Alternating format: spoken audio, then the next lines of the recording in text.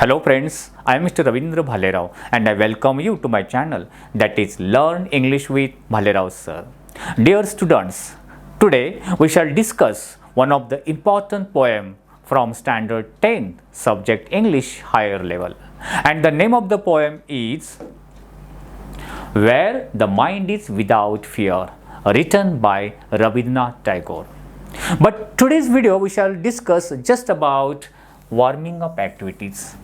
Okay, आज की video में सिर्फ हम वार्मिंग अप एक्टिविटीज़ के बारे में डिस्कस करेंगे, but in next video you will get a detail explanation about this poem.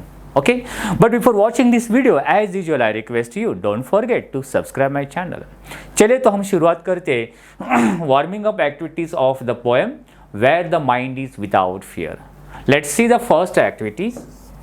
Pair up with your partner and match the terms with their given meanings. Here, two columns are given. In column A, terms that means important words are given, जो words दिए हैं, and their meanings are given in column B. We have to match, हमें उनको match करना है. First of all मैं आपको यहाँ जो terms दिए, जो words दिए, उनके meaning बताऊँगा. First word is humanism, related to the human, जिसे हम मानवतावाद कहते हैं. Next word is a patriotism, देशभक्ति से related patriotism. Third internationalism, internationalism अंतर्राष्ट्रीय से related. Okay, then liberalism, means liberty, ये वर्ड आपको पता होगा, liberty, freedom, free, so related to freedom से रिलेटेड है लिबरलिज्म. सो मुक्तवाद भी यहाँ हमारा हिंदी में कह सकते हैं. एनवायरमेंटलिज्म, एनवायरमेंट जैसे पर्यावरणवाद या पर्यावरण से, या एनवायरमेंट से related to the environmental. Okay, now अब हम देखेंगे यहाँ जो उनका मीनिंग दिया है वो किस वर्ड से मीनिंग है वो हम देखेंगे. Let's see the A. Concern about, concern यानी चिंता करना, concern about and action aimed at protecting the environment. environment को प्रोटेक्ट करने के लिए जो एक्शन या जो चिंता की जाती है, किया जाता है, तो environmentalist, तो कौन से वर्ड का ये मीनिंग हो सकता है? यस राइट, एनवायरमेंटलिज्म से. सो यहाँ ए. आप जब आंसर लिखोगे तो डायरेक्ट इस तरह से नहीं लिखना है, you have to write the complete meaning, word लिखकर आपको मीनिंग लिखना है. Next, holding liberal views, liberal means freedom views हमें होना चाहिए. होल्डिंग लिबरल व्यूज़ किसका ये मीनिंग हो सकता है? लिबरलिज्म से. कौन सा? यहाँ पर हम बी देख सकते हैं. Then quality of being patriotic होने की qualities. Vigorous support for one's country, you have to be a support, you should have a strong desire or support for your country. So this meaning किसका meaning हो सकता है? Patriotism का. सो यहाँ हम C लिखेंगे. Then state or process of being international, the process of international. So this meaning is of internationalism.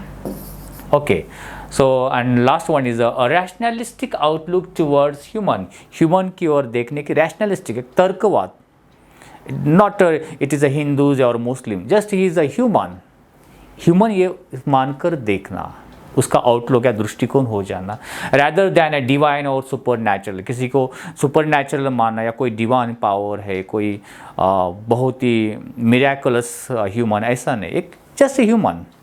So that is why we can, it is the meaning of humanism. So this one is the activities of column A and column B, words and their meaning. Let's see the next activity.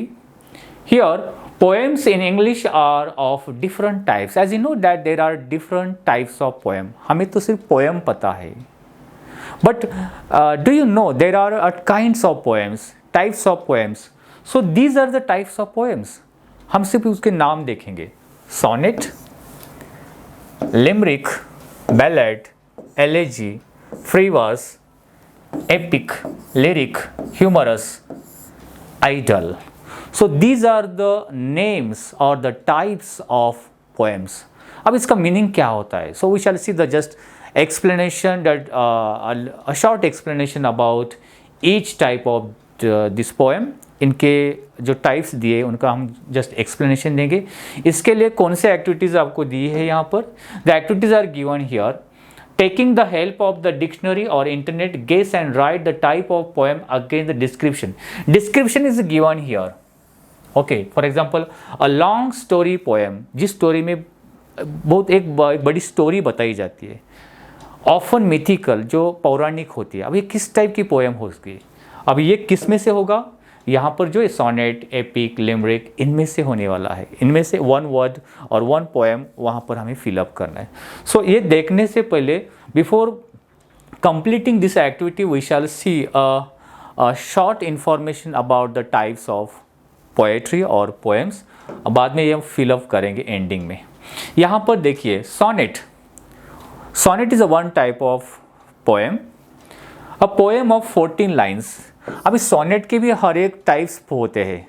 What we say, Shakespearean sonnet, right, Italian sonnet. ये थोड़ा details में अभी ये नहीं जाएंगे.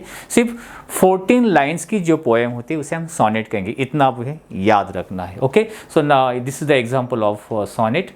यहाँ पर देख सकते हैं 4 lines, this 4 lines 12 and 2 14. So 14 lines की पोएम को हम सोनेट कहेंगे. इतना ही you should know the about the sonnet. Okay, then epic.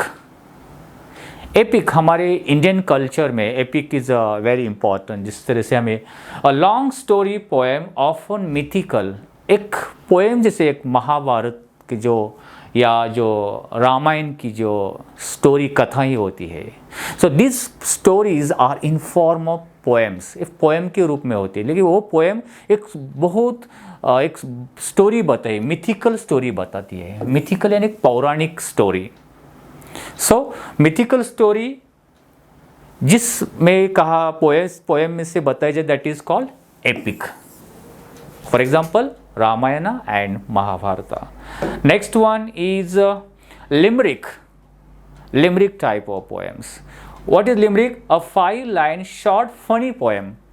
5 lines की एक funny poems होती है, humorous we can say, with a rhyme scheme AABB.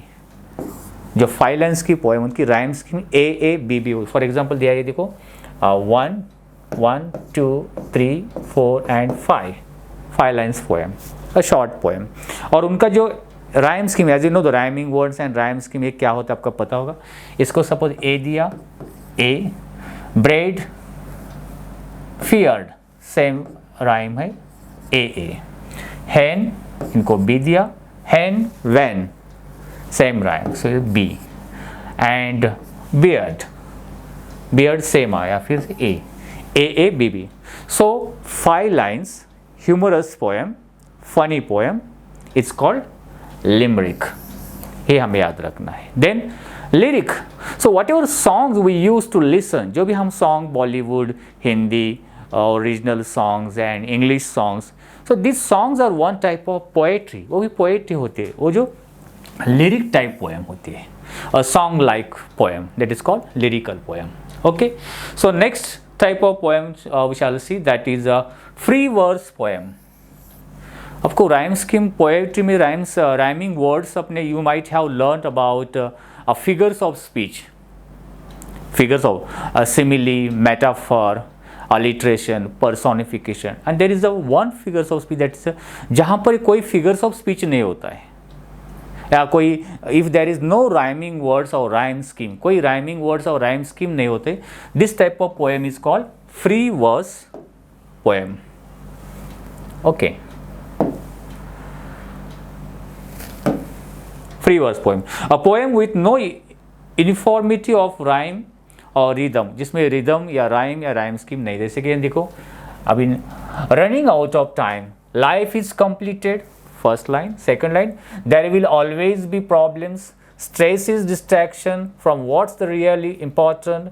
अभी जो last word जो देखेंगे ना, complicated, problem, distraction, important, better, कहीं पर भी हमें there is no rhyme words और राइमिंग वर्ड्स नहीं है, कोई राइम स्कीम नहीं है. So this type of poem called free verse poem. Okay, next one is the idle. Idle, this is also a type of poem. ये क्या होती है? A poem set in a picturesque rustic background. So that type of poem where the natural description or what do we say, a picturesque, जिसमें एक natural qualities या natural surroundings का description किया होता है, दैट इज कॉल्ड आइडल.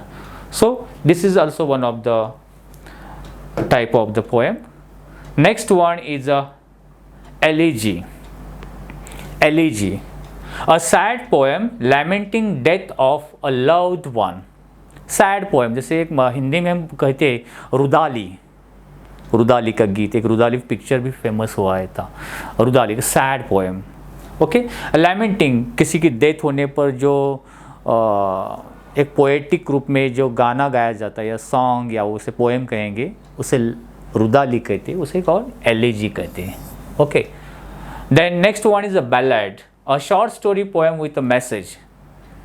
जैसे long story, mythical, जैसे हमें उसे क्या एपिक कहा है, जो कि शॉर्ट्स स्टोरी जिससे पोएम के थ्रू कहा जाता है. जैसे हमें रीजनल लैंग्वेज में बहुत सारे, जैसे मराठी में पोवाड़ा बोलते हैं, या कोई सेंट की जो भी संत महात्माओं की जो कथाएं होती है इन फॉर्म ऑफ पोएट्री, उसे हम बैलेड कह सकते हैं. राणा महाराणा प्रताप की जो कथाएं हम बोलते हैं पोएट्री के रूप में. So this type of poetry is called ballad. Okay, so this is also one of the poem. Then last one is the humorous poem. Humorous, Vinodi, funny, a poem written just to create humor. Okay, so this is a row your boat. जब आप छोटे बच्चे हो, you might have listen this song. बच्चों को ये बहुत song पसंद आता है. So these are the types of poems. अभी जो लास्ट में जो हमें एक्सरसाइज दिया था वो वी कैन कंप्लीट इट. जैसे a long story poem often mythical, जो पौराणिक कथा होती है उसे हम क्या कहेंगे? एपिक. फिलअप किया. अ short story poem with a message, that is a ballad. Okay, जैसे हम अभी पोवाड़ा जैसे एग्जांपल लास्ट में देखा. अ पोएम ऑफ 14 लाइन्स, उसे सोनेट कहा जाता है. Shakespearean sonnets are very famous. And a song like poem, that is a lyrics, जो भी गीत होते, गाने होते, that is lyrics. A poem with no informity or rhythm or rhyme etc. Rhyming words या rhyme कुछ भी नहीं है. जैसे free verse poem, just we have discussed. That is a free verse poem. Okay, then a poem set in a picturesque rustic background, जैसे natural description जिस poetry में है, that is called idyll. Okay, next one, a sad poem lamenting death of a loved one. कोई हमें जैसे loved, जैसे बहुत नज़दीक हमें कोई है और उसकी डेथ हो जाती है, someone is passed away, and that time जो भी गीत या song या poem बोला जाता है, that is called elegy. A 5-line short funny poem with rhyme scheme AABB. limerick, 5 lines वाली funny poem. जैसे उसका rhyme scheme AABB. Just we have discussed about it. Then last one is a poem written just to create humor. जैसे humorous poem. So all these are the types of poetry and their explanation is given. So this is just a warming up activities of the poem where the mind is without fear. In next lecture we shall see a detailed explanation or line wise explanation of this poem. So friends, I hope you might have liked this video. If you liked it, please share it, and if you have any suggestions me, you can write in comment box. One more thing I would like to tell you, that is, if you want to